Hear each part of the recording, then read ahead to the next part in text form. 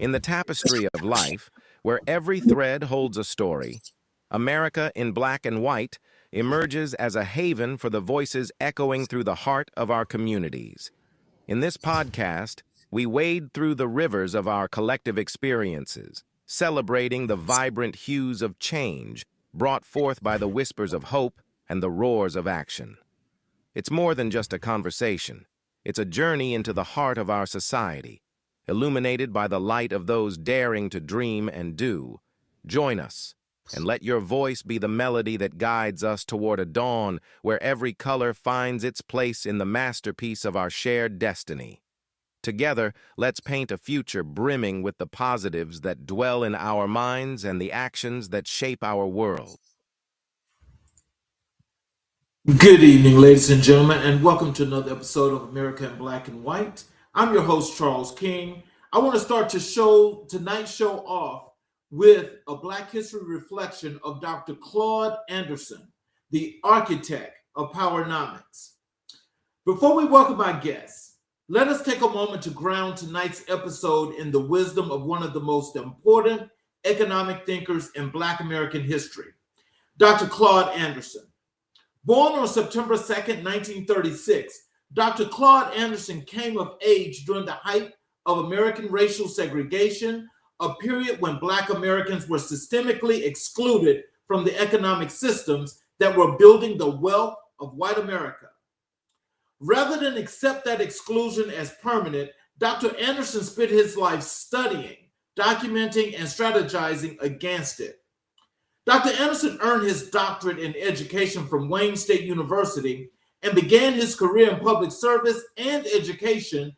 In the 1970s, he served as the state coordinator of education for Florida under Governor Reuben Askew, navigating the turbulent era of desegregation. He then played a critical role in President Jimmy Carter's 1976 Florida campaign, helping deliver the state, and was subsequently appointed federal co-chairman of the Coastal Plains Regional Commission, a position equivalent to assistant secretary in the U.S. Department of Commerce.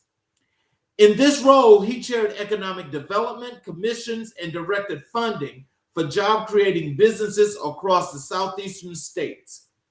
As executive director of two economic development corporations in Miami, Florida, Dr. Anderson oversaw the funding of more than 30 Black-owned businesses.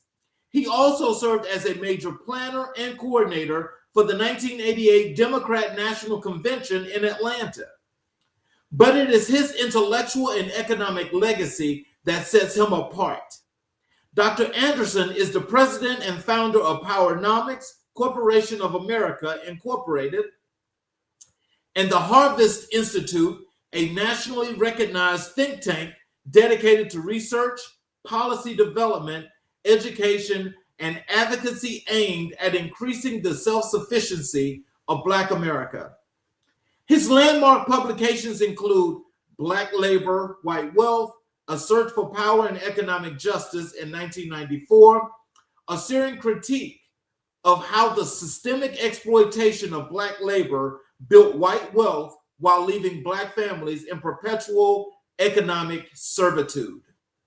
Powernomics, the national plan to empower Black America in 2001, a comprehensive economic blueprint teaching Black Americans how to pool resources, produce goods, build wealth, and achieve competitive self-sufficiency. More Dirty Little Secrets About Black History, co-authored with his son, Brant Anderson, challenging mainstream historical narratives and elevating the documented contributions of Black Americans. Dr. Anderson's Powernomics philosophy is built on the foundational truth: wealth is not built by individuals alone, it is built by organized groups who control production, distribution, and consumption within their own communities. He rejected the idea that Black Americans should integrate themselves into a broken system and instead advocated for a deliberate, strategic, and unapologetic focus on Black group economics.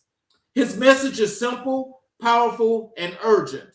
Until Black America controls land, businesses, capital, and institutions in a competitive way, economic freedom will remain elusive. Tonight's conversation with Carlton O. Hoskins stands on the shoulders of Dr. Anderson's vision. Because when we talk about retirement planning, wealth strategies, and intergenerational financial transfer in the Black community, we're not just talking about money. We're talking about power. We're talking about legacy. We're talking about liberation. Black Americans must decide whether they want to be a competitive group or a permanent beggar group in America. That's Dr. Claude Anderson. So now let me take the time so I make sure I can introduce our guest for you. I want to welcome you all to America in Black and White, the show that takes a clear, honest, and unapologetic look at the world we live in. The history that shaped us, the strategies that will define our future.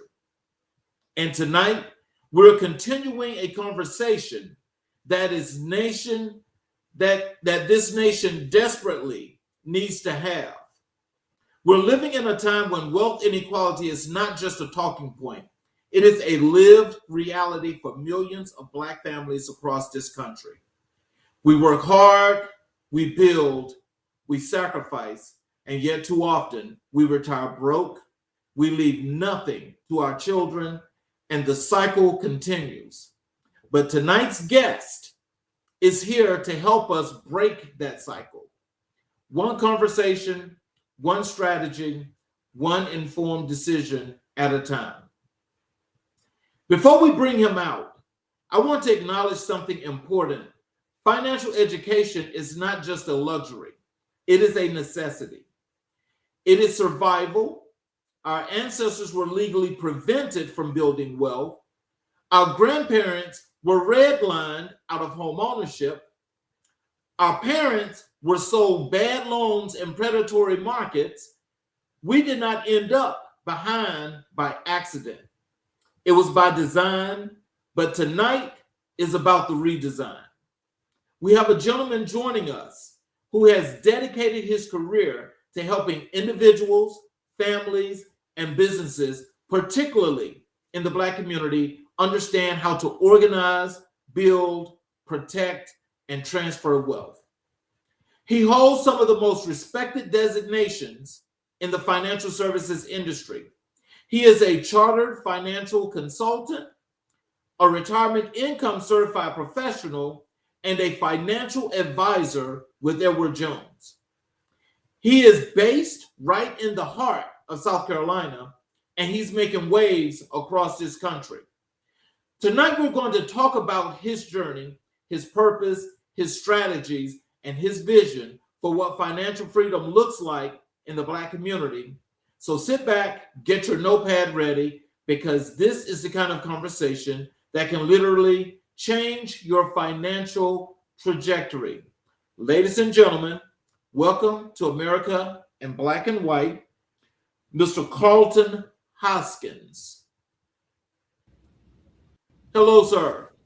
Hi, how are we doing? I'm doing just excellent. How are you? I'm wonderful. I'm wonderful. Glad to be here, sir. Yes, sir. I'm glad that you're here. Is there anything you'd like to say to the audience before we jump into the show? Well, first, from that intro, I think there's a lot that we can dig into. When you talk about financial freedom, it's financial literacy. And financial literacy, the problem is sometimes we put a color on it. There isn't a color on financial literacy. 1 + 1 = 2. What we need to put on is how do we possess and pass literacy? Let's not allow others to teach each other. Let's learn and teach our children so that they learn. So let's really dig into what financial literacy can be, how it empowers you, because the biggest power is to pass on the intergenerational wealth to the next generation. So, like I start all shows, I'd like to give the audience the opportunity to learn a little bit more about you as we get into the great things that you're going to be talking about today. Sure. This, I like to call it your life story. Welcome to America in Black and White. And if you can you please tell us who is Carlton Hoskins at the core? And who are you beyond the titles and the credentials? So at the core, I would say I am a father, a husband, a grandfather, a papa, as he says. I am a person who is grounded in his faith and his beliefs, and who in his core cares about people. So that's who I am. So where did you grow up, and how did your upbringing shape the man and the professional you've become today? So I grew up in Durham, North Carolina. So I'm actually from North Carolina. One of the biggest impacts on my life was my grandfather, Mr. James Hoskins. He had to be a janitor. Like there weren't a lot of options for African Americans at the time, but he also owned homes. So he was able to own his own home. He was able to use the structures that were around to do the things he needed to do to provide for his family. So that's where I got into, hey, what do you do as a man, first of all, in leading the family? And then that moves on to me seeing, my father move and other people in my family move and create. So then it lets me know that there's possibility. As a kid, I wanted to be a corporate lawyer because they wore suits. Like it was just, you're a young kid in the city, you don't really get it, but hey, the guy wears a suit to work and I want to do that. And then progressing through life, I found all the other avenues going toward that desire and ended up here. So when you were a young man, did you imagine yourself in the world of finance?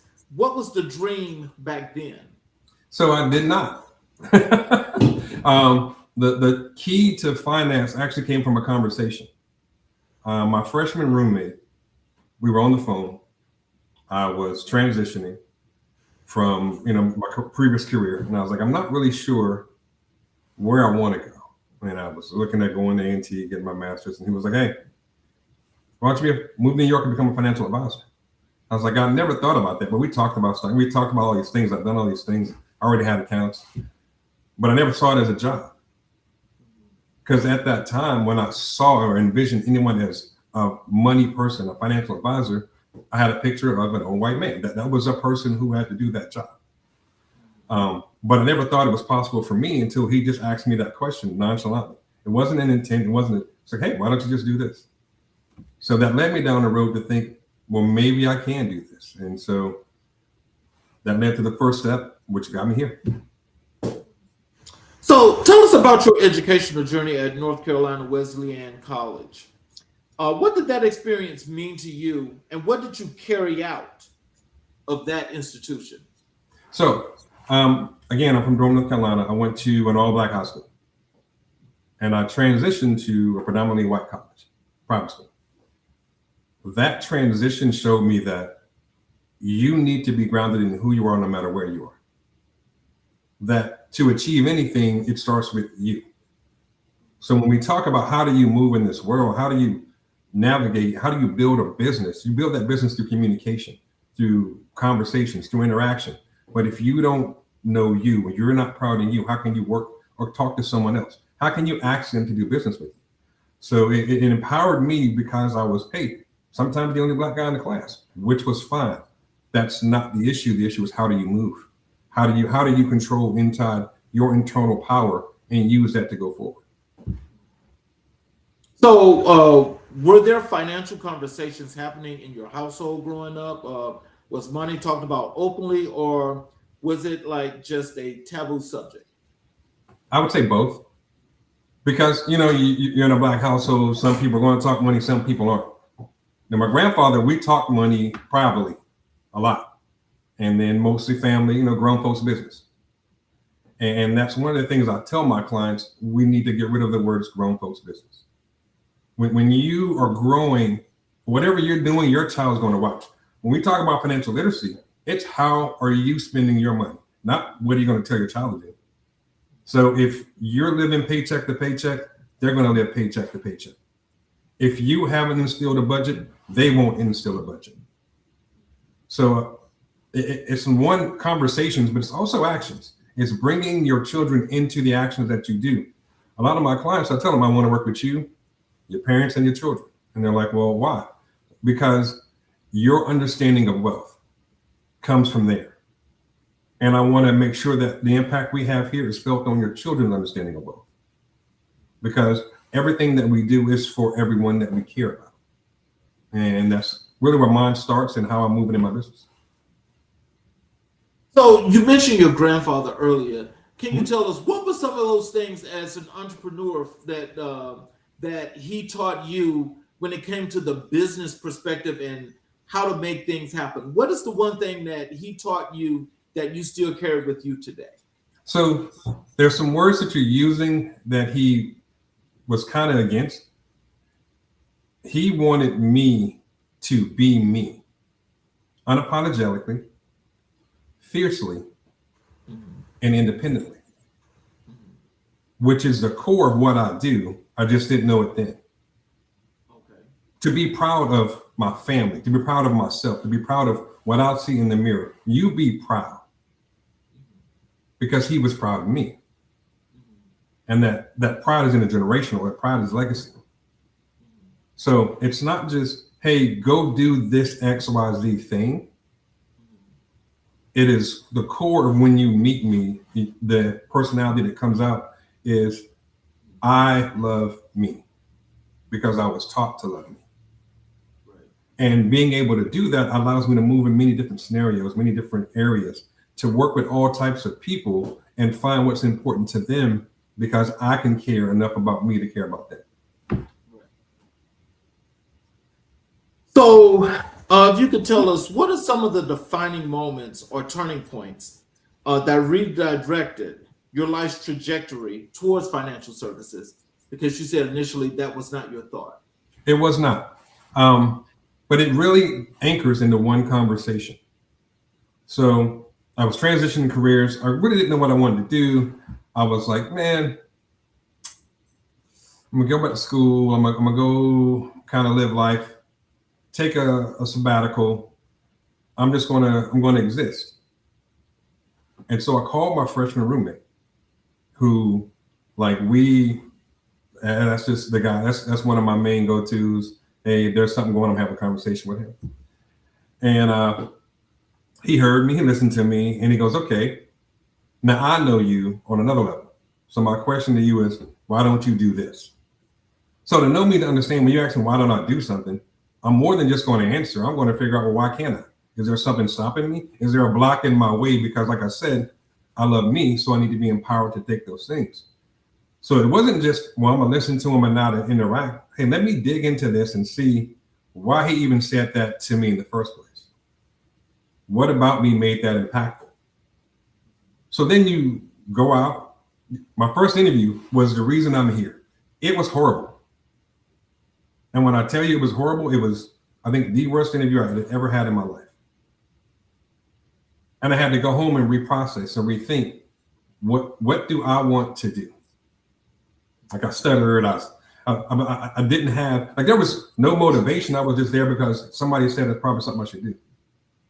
So I went home. I did not get the job, mind you. So I go home and then I start to consider, what does this job do? What am I trying to do? What does it mean to be a financial advisor for anyone? What's the impact? And then I start to see it. And then I start to look at myself. So without an appointment, without any kind of phone calls, I go back to where I had my interview, fully dressed for an interview, came in, knocked on the door, actually have a conversation, and explained that I would be the world's best financial advisor if you gave me that opportunity right now, because I now know why I should be doing this. Now, that led to so many interactions within this industry with people who look like me, people who don't look like me, who just saw that energy and fire in me on helping me understand how to move. Understanding that you have to work. You're working to help people. The people that need help don't really want it. You know, everybody has their own vision of, oh my God, this is what you're going to do. Now, you want to talk about the Black community, especially, we have a vision of, oh my God, this is what, you just want to take my money and da da da. And so it's working past everyone's mental stereotypes. It's working past what people think you do to get them to understand that what you do and how you help. And there's nothing like, I will tell you, there's nothing like meeting someone who tells you they would never retire. And in 2 years, having them retired comfortably and staying retired. Because you were able to show them those things they couldn't see. So, can you describe the moment you knew, or was it that moment that you just mentioned, that without a shadow of a doubt that this was your calling? And if so, what was that clarity like?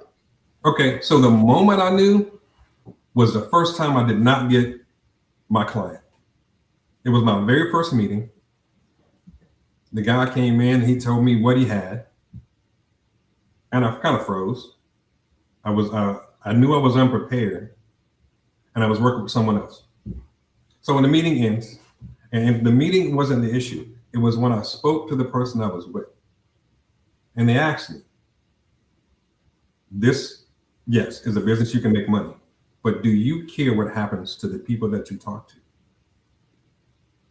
And I was like, "What do you mean? Do you care? I don't care if they got $1 or 100 million. Do you care about the person that you're talking to?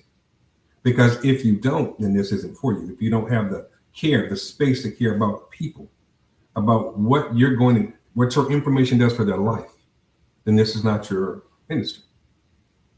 And that, I think, was a turning point, because I do realize that I care. I do want to make sure people are where they want to be. I want to move them forward. I want them to see that bright light at the end of a hard-working tunnel, that you can not only enjoy your retirement phase, you can transition wealth to your children. You can do all these things. Someone is secure enough to help you do it. So, what does success mean to you? Not the industry definition, but your personal soul level definition. So success for me is quality time with my family. It's not money. We make money. All people can go out and make money. You can go out and make money if you want to work and make money. You can't make time. You can't make the conversations, the memories. You can't make that without it being a focus of your life, without it being a focus of what you want to achieve. So for me, success is not only being able to go to work, but then being able to go home and take time and travel with my wife, travel with my grand, travel with my kids, spend that time with my family, and make those memories that are irreplaceable. So let's talk a little bit about your career journey and your professional evolution. Walk us through your career path from early days in financial services through Scott Trade, Wells Fargo, and your return to Edward Jones. What lessons defined each chapter? So the first chapter, actually, I first started with Ameriprise Financial. That was more of a sea legs. Hey, this is something real. Like this, there is not just numbers. 1 + 1 = 2, but there's emotion, there's heart that goes along with this.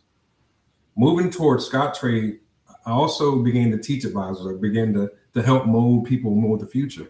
And I learned that instilling not just an understanding of the markets, but an understanding of what people are looking for, what someone wants to achieve matters. Listening to people. So, for example, when I meet someone, the first conversation is not about how much money you have. It's about you. Because I understand now that unexpected and unforeseen are the things that cause you not to achieve your goals. And unexpected and unforeseen aren't a number thing. So like if you're driving the car and you get a flat tire, you know you got to buy a flat tire. That flat tire was unexpected, right? You didn't foresee it, but you have a car, so you have some money, so you got the tire. What I'm talking about is when you're in retirement and you're living your life and you know you got your parents and you got your kids, but your uncle who you truly love is sick. And you want to help him. If you never had that conversation with your financial advisor, with the person who manages your money, to have something there for some people that you care about that are not direct family, how do you help without impacting your future? And that's something that I've seen, and it really anchored into me coming to the person that I am and starting in those places. So I hope that helps understand like the journey and why I am in love with what I do. So that decade that you spent at Scott Trade, what did that decade teach you about leadership, client relationship, and the business of finance? Oh man, that it's a business. that responsibility is earned, but also a weight, and that clients are not a monolith. That they're not one thing. They're not one race. They're not one anything. It does. Everybody is completely and 100% who they are, and you need to take the time to learn that before you move forward. For example, if you meet a client and they say, "Hey, I have $100 million," cool. You're thinking all these other things, but you haven't said, "Well, what does that mean to you?" So I think that decade there taught me to understand that learning and communicating with people about what's important to them is way more important than just taking somebody's money. You know, it taught me that education, it taught me about financial literacy. It taught me that all those things that one I love to do are so important to everyone. Because as I said, you can go make money, but making money is not transitioning money. It's not using money. It's not understanding how money works in other areas. It's making money. So can you tell us that after learning this and having all of this, pointing up in the ascending direction of greatness, is this when you got to the point of knowing how you were going to set the standard for your own firm as to how you would be dealing with your clients, your business, how you would recruit, how you would do the transactions, all of those good things? So it was the stepping stone. Mm-hmm. I think, and my experiences at Wells Fargo right after this helped me with clarity. The transition was to be closer to home, to be in an environment where I was 10, 20 minutes from my wife, the kids were driving. So, you know, it was really how do we spend that time together that's important. But it was a transition to a completely different style. Not bad, not good, just different. And it gave me the ability to compare on, well, what do I think should be the right way to move? And then that allowed me to go, hey, I don't just chase money. I want to work with people who want to work with me. I want to work with people who have a desire or a goal, because that's important to me. How I feel when I help somebody achieve is that thing. That's that thing you chase. For me is, hey, we've done those things you wanted to achieve. You're at a point and place where you wanted to be. You've dreamt. Now you're here. Hey, you've earned and built this massive wealth, and now we're able to pass it on to your children in the best way possible for you and for them. Those are things that you can't, they don't have a number to them. You can't make them up. They're experiences. And to achieve those experiences are really kind of, that's my driver now. I got there by going, hey, this is one, this is two. Okay, this is how the market works. All right, well, Scottrade is teaching, I'm learning options. I'm learning how to talk to people. You go to Wells Fargo, there's a different interaction. Well, what result do I want? And that result was the feeling of helping people achieve. So that's kind of what led me to getting to this particular, how I'm running this practice. So what was it about Edward Jones that felt like home to you? What drew you back? Oh man, felt like home. So when you start anywhere, you're nervous. You know, I'd say that first 6 months, a year, am I going to be successful? Are people going to talk to me? You know, this is on my shoulders to build something. And I'm sure you know, like it's on your shoulders to build something. And you continue to build and you continue to move. But that was the joy. That was awesome. It still is awesome. It's me going out here and saying, hey, I'm going to do this every day. Rain, shine, snow, sleet. Every day I'm going to go out here and I'm going to do what I love. So can you tell us, what has it meant for you to build your own practice in Belton?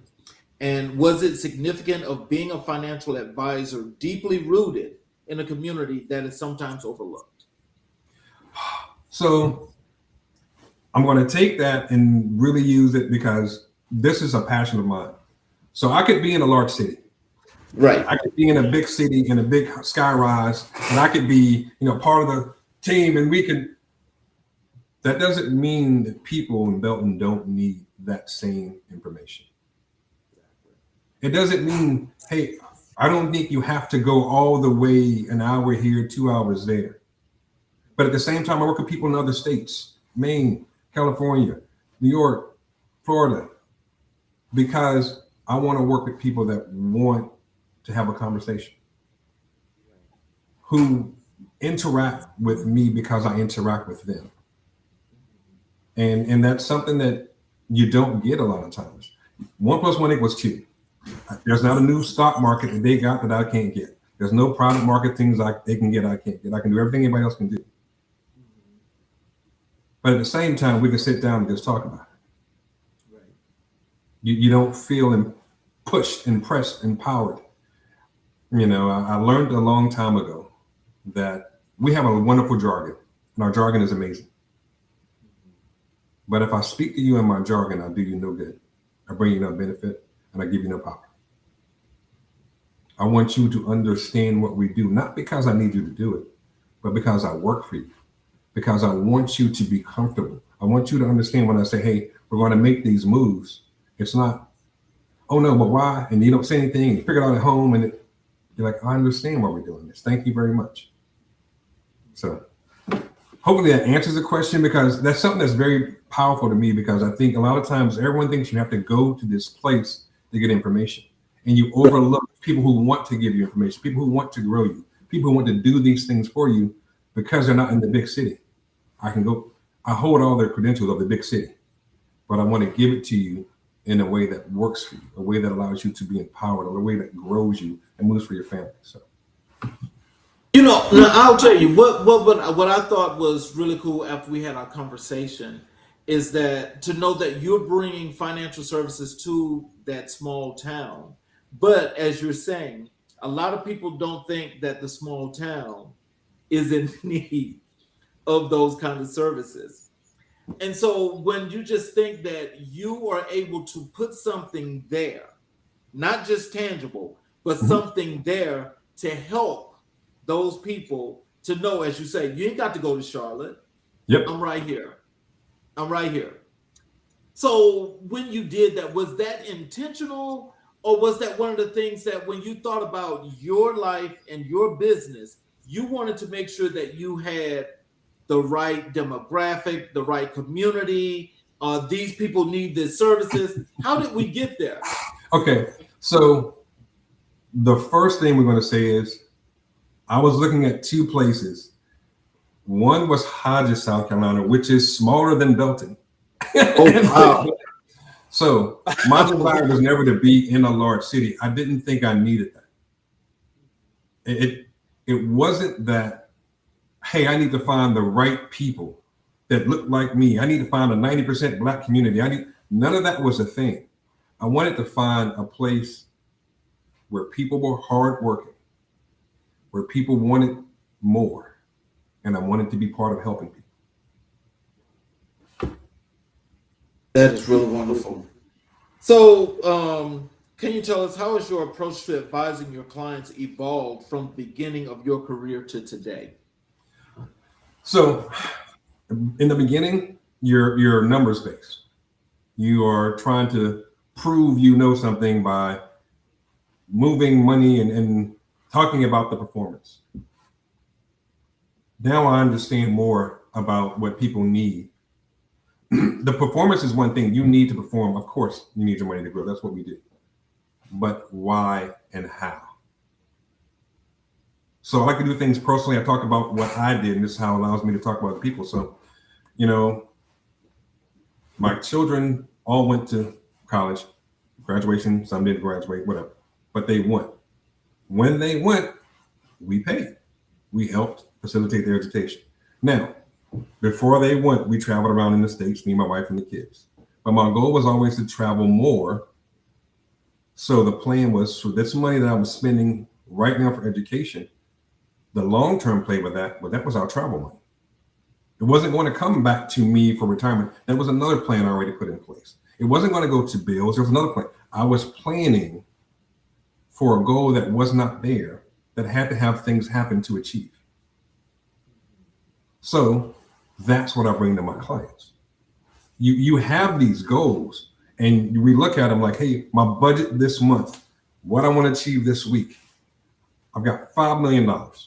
I want to leave this to my kids. I've sold my business. Great. But what really is at the core of that?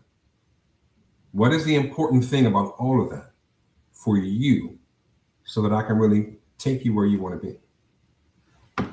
So tell us, how do you stay current in an industry that is constantly evolving, from tax law to market conditions to new financial products? Oof, man. Always reading, always learning, always watching.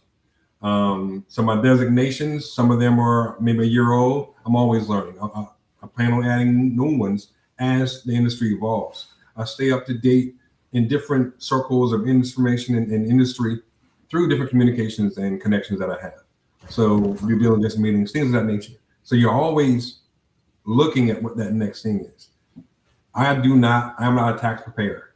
Okay. I'm not a tax professional, but I stay up to date on tax law. I communicate with CPAs.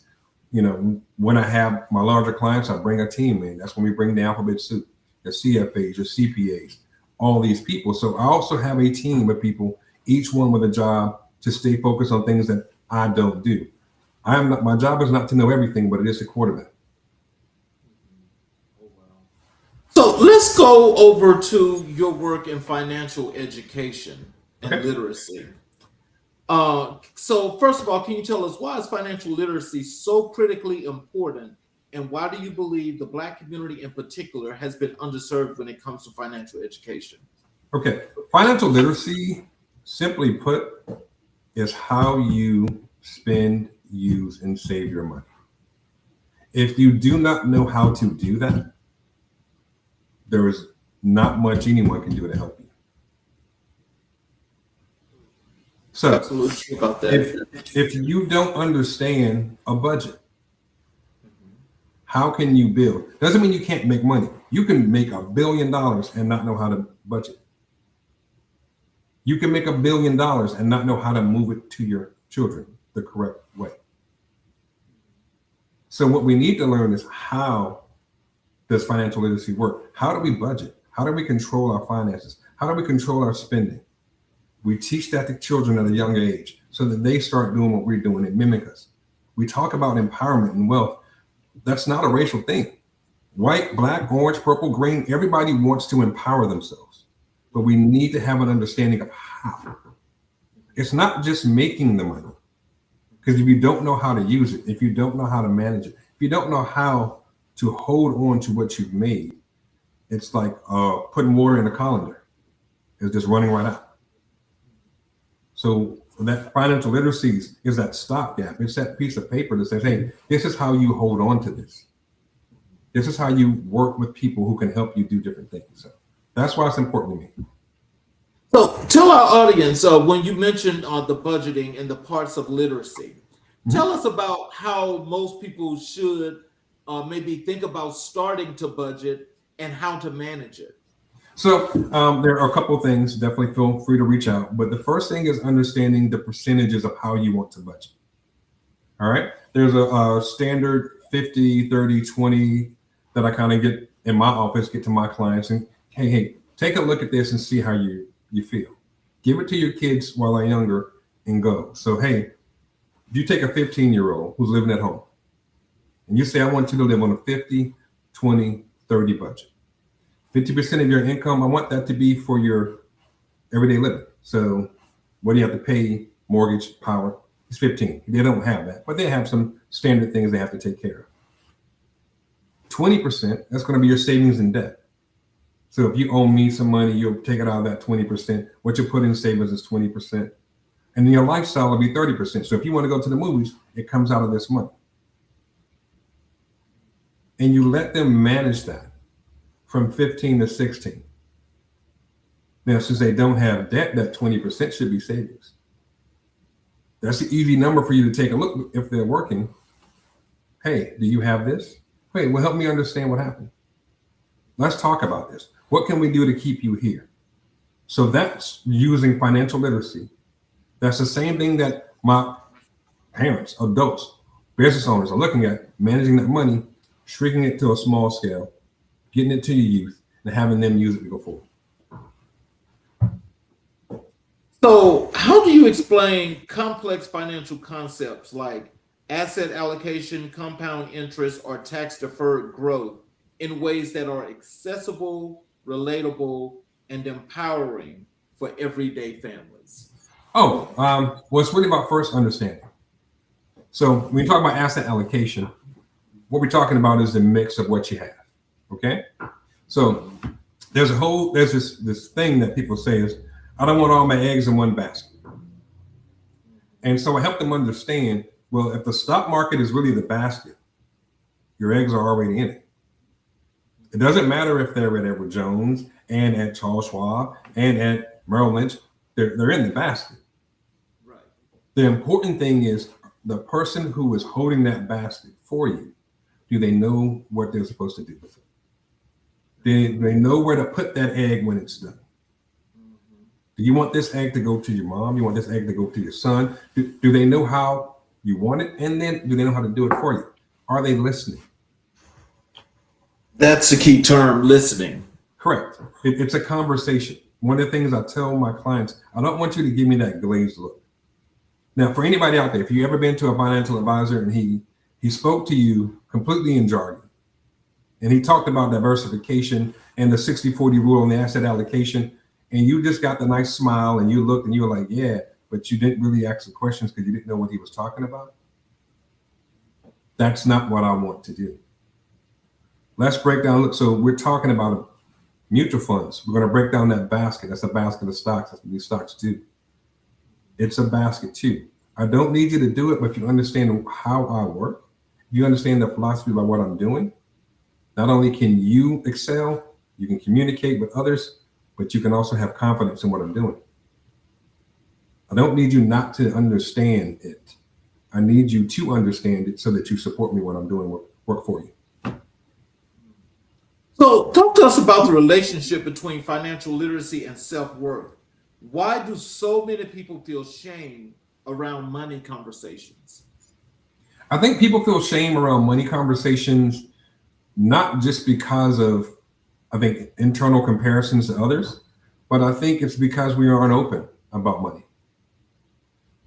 We are very secluded about money in our own family.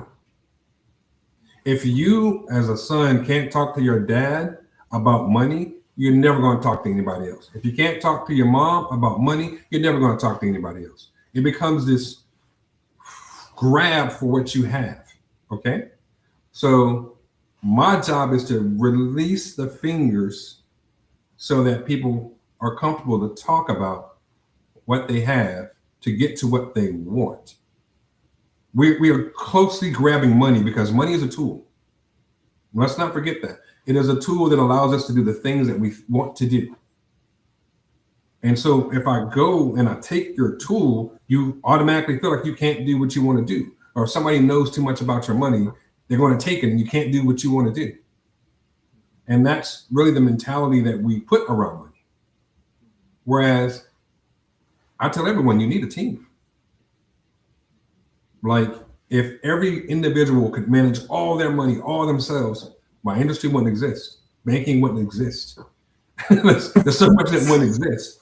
It exists because you need people that you can trust to help you go forward. So when you're doing your work, when you get a new client, so basically, are you taking them like through a whole process of understanding financial literacy, or are you like just taking them through concept? Because the premise of the question is, how do your clients actually understand the work that you're going to be doing for them? So everybody's different. So it's an independent conversation about where you are, where you want to be, what you've done, what you need to do. And that's going to be different from every person. So what I'm going to do is we're going to talk about who are you, what's important to you, what are the things that make you spend money. All right. That's the hardest thing to talk about with anybody. People will tell you, this is what I have in my bank account. They won't tell you, I care about this person over here who you don't know, and if something happens, I want money to go there. So step one is what's important. Because I can't build a true plan if I don't know what's important. Step two then moves on to, well, what do you have and how is it there? We look at, what do you have? Where is it located? How is it allocated? What's the tax implications? What do we need to do to make what you have do more for you? Step three is implementation. Implementation has many different looks and vibes depending on who you are and what we're implementing. And then you've got 4 and 5, where we're taking a look at, hey, every day we're moving and changing. So maybe there's some things that we need to move or some things that stay consistent. Now, financial literacy is all those steps. So the first step, well, finding out where you are, that allows me to come back and say, hey, I looked at your budget and you talked about this person here. I don't see them in that budget. Not just now, I don't see them in the 10, 20-year budget. Why not? So what does that look like when we readjust how your money is? What does that look like? And we start going down those roads and build those strategies. So now at the same time, financial literacy for someone maybe who inherited money is going to be completely different. We're going to be looking at what have they done with their money before you add on what you've inherited to understand a good foundation before you add on to it. So there's not one answer for financial literacy. It's depending on where you are in your stage, but the goal is still the same. Understand money, how it works and how you use it, and how we can help you move forward. So can you tell us, how does community and culture play in the approach to money? That's personal for every individual. There's some people who look at the community impact of their move.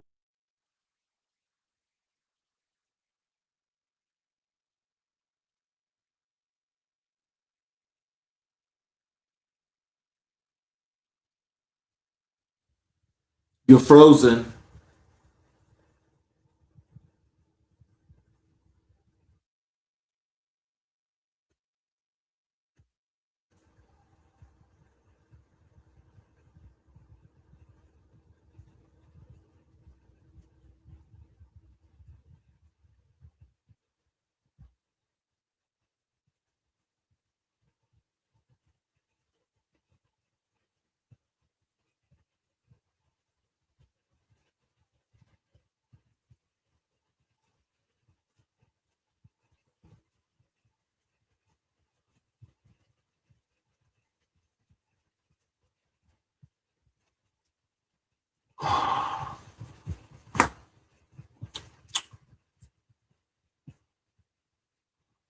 Let me see about what we can do about this, ladies and gentlemen.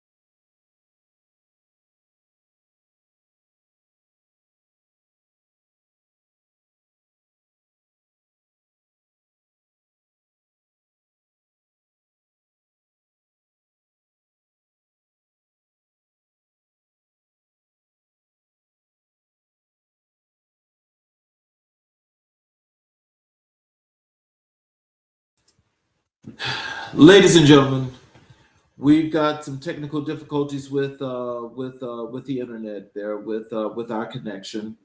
Mr. Haskins is not able to log back in, so I apologize. We were getting into the good part, but we'll have to pick this up where I will actually post again as to the date that we will have the reconnection for the part 2 of this show to continue with. I thank you all for your time, and I want to apologize for this mishap, but it's the technical difficulties. Thank you all for being with us, and I'll do a repost as to when we can get this show